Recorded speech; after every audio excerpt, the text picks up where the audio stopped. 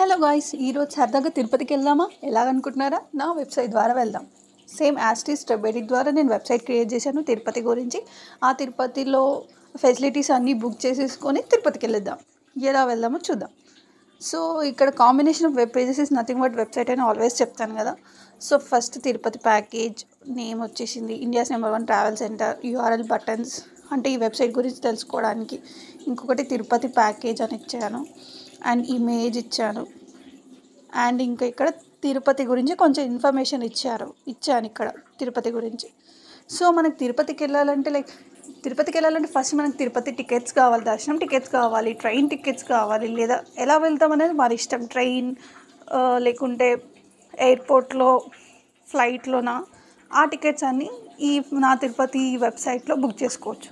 అక్కడికి వెళ్ళిన తర్వాత రూమ్స్ కావాలి స్టే చేయడానికి, అక్కడ తిరగడానికి రూమ్స్ కావాలి, అక్కడికి తిరగడానికి కార్స్ కావాలి, ఒక గైడ్ కావాలి, ఇంకా లడ్డూస్ గురించి టికెట్స్ కావాలి.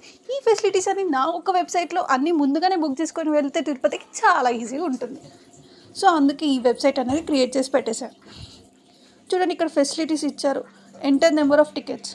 నేను ఒక్కదాన్నే వెళ్తున్నాను కాబట్టి 1 టికెట్ చాలు. Each ticket cost 250 rupees for దర్శనం అండ్ ఫర్ నేను ట్రైన్ చూస్ చేసుకుంటున్నాను, ట్రైన్లో వెళ్తున్నాను. Enter number of rooms, 1 room enough. Per room cost per day 1000 rupees ఉంది. అక్కడ నాకు ఒక కార్ కావాలి కాబట్టి ఒకటే కార్ తీసుకుంటున్నాను.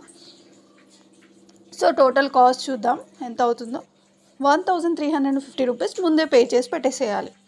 మన నేమ్స్ ద్వారా అక్కడ టికెట్స్, రూమ్స్, కార్స్, లడ్డూస్ అన్నీ సేవ్ అయిపోయి ఉంటాయి. అక్కడికి వెళ్ళిన తర్వాత ఒక గైడ్ కావాలి కదా మనకి.